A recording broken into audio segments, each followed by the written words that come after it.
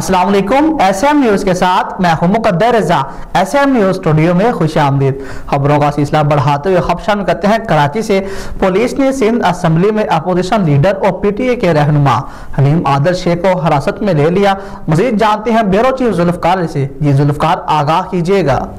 जी बिल्कुल, SM news को मौसूल होने वाली मालूमात के मुताबिक PS 88 मलीर में होने वाले ज़िमनी इलेक्शन के मौका पर हलीम आदिल शेख के हलके में पहुंचने पर कशीदगी पैदा हो गई, जबकि इस मौका पर फायरिंग भी की गई।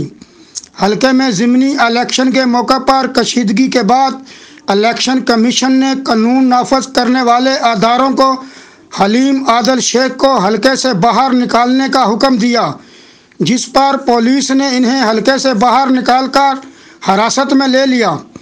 SSP मलीर इरफान बहादुर का कहना है कि हलीम आदिल शेख को इलेक्शन कमीशन के हुक्म पर बाकायदा हिरासत में ले लिया गया है। साहब ने भी बता दिया है कि हमने आपको अरेस्ट कर लिया है, तो बिल्कुल हम कानून पसंद शहरी हैं।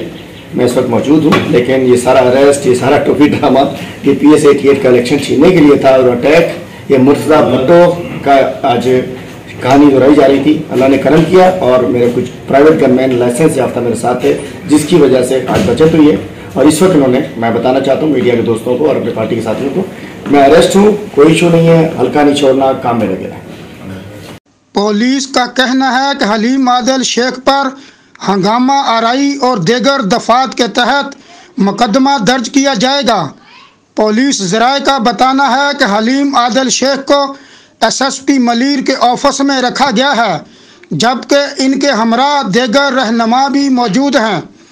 DIG ईस्ट का कहना है कि इंतखाबी हलके में फायरिंग करने वाले मुतअद्दिद अफराद को भी गिरफ्तार कर लिया गया है। जी बहुत शुक्रिया जुल्फकार, तफसीलात से आगाह करने के लिए। अब तक के लिए इतना ही। मजीद खबरों के लिए देखते रहिए SM न्यूज।